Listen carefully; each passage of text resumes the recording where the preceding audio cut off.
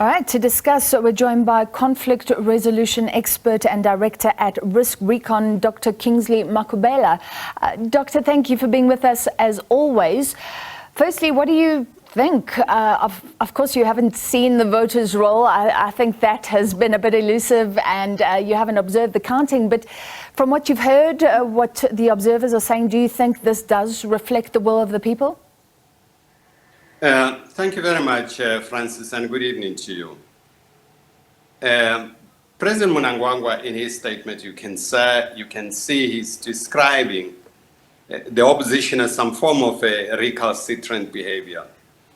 But the challenge that he has on his hands is the fact that the SADC observer mission has come up with some damning findings about the election, and I don't know how he's going to navigate those issues. That's why up to now, Francis, you're not seeing any country within the SADC, or around the world for that matter, congratulating Mnangagwa for having won the election. He has created a dilemma for the SADC because they need to react to this development. They need to look into the report of their own mediators and make pronouncements. And I don't think they're going to go against their own observer team in Zimbabwe. Yeah. They would probably make their pronouncement based on that. So we'll see how they're going to behave in this respect. What do you think of Mnangagwa saying that observers have overstepped the mark? In fact, they have a limited mandate.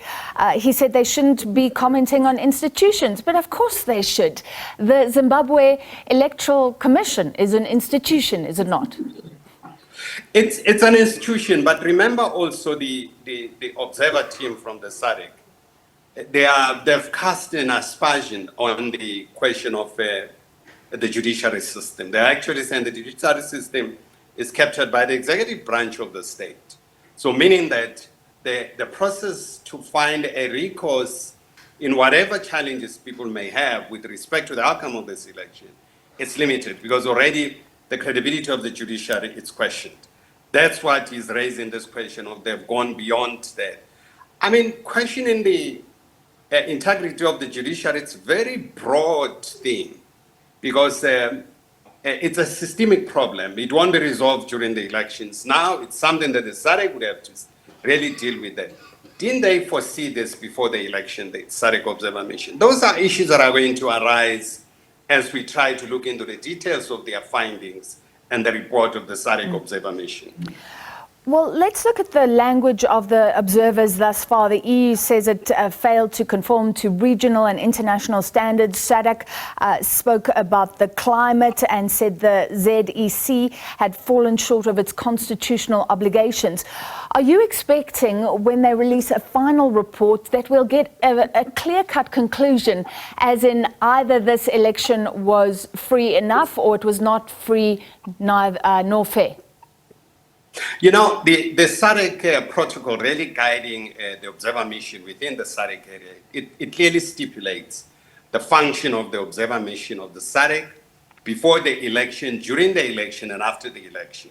So they've made an observation that during the election, the access to the public broadcaster was not free and fair, meaning that the playing field was not quite leveled, and that the voters' roll was not made available on time, and therefore it was not subject to a serious audit.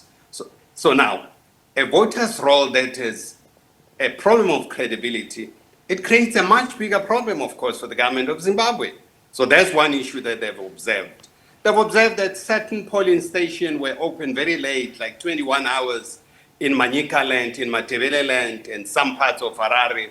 So those are the challenges. So we'd have to wait to see details of the report. We have seen, of course, through the media that they extended the voting dates precisely because of those challenges. So we don't know if the challenges were really better addressed once they extended the dates and so on. So it's something that we need to see the details of the report. All right, but do you agree with me that hopefully the language is very clear so everybody can take a stance? Like you said, countries will be guided by their election observers. And what if the polls are declared illegitimate. Mnangagwa obviously believes he is the rightful leader. He's not going anywhere. Could we see post-election violence like we did after 2018? And then what of the relationship between him and Southern African states? Nullifying of the elections, Francis, it's a decision that has to be taken by sovereign institutions, the courts in this respect in Zimbabwe. But as I'm saying, the credibility of the courts is already questioned. So we don't know if the elections will be nullified, what would happen in terms of the outcome. But what Zimbabwe would have to navigate, it's the damning report by the SADC, because they are a signatory to those guidelines that exist within the SADC. And how they are going to get out of that, it's a very big problem. It's a mountain to climb. And that's why you're not seeing SADC countries actually sending messages, because by now they would have sent a flurry of messages from the SADC countries congratulating them and so on. One thing for sure about these elections that we really have to commend Zimbabweans is that the level of violence was minimum to what we have seen. Actually, it was non-existent. There were intimidation, of course, that's what the SADC report is saying and so on. But the violence that we've seen in Zimbabwe was not there. And I think Zimbabweans have done very well in respect of this aspect. Yeah. Although you could say they've given up, hoping for change, perhaps. Let me put it this way, as a final question. Doctor, do you think that Southern African countries could land up isolating Zimbabwe, treating it like a pariah state, treating it like they never have before? You know, the credibility of Zimbabwe, it's a big problem. For quite some time, the elections have been questioned always. So I think Zimbabweans should have known about that. And they should have really tried to address issues that may raise credibility of the electoral process. So what we need to see from the SADC countries, and they put the SADC countries in a serious dilemma, how are they going to react to this? What kind of measures are they going to come with?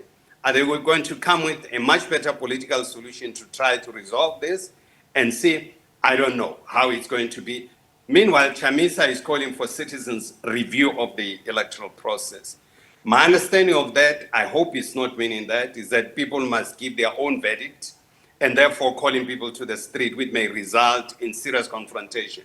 This is not time for confrontation. This is time for leadership, that people must find a solution that is amicable to everyone and try to address issues related to the electoral process. All right. Thank you so much, Dr. Kingsley Makhubela, conflict resolution expert and RiskRecon director. We appreciate your time tonight.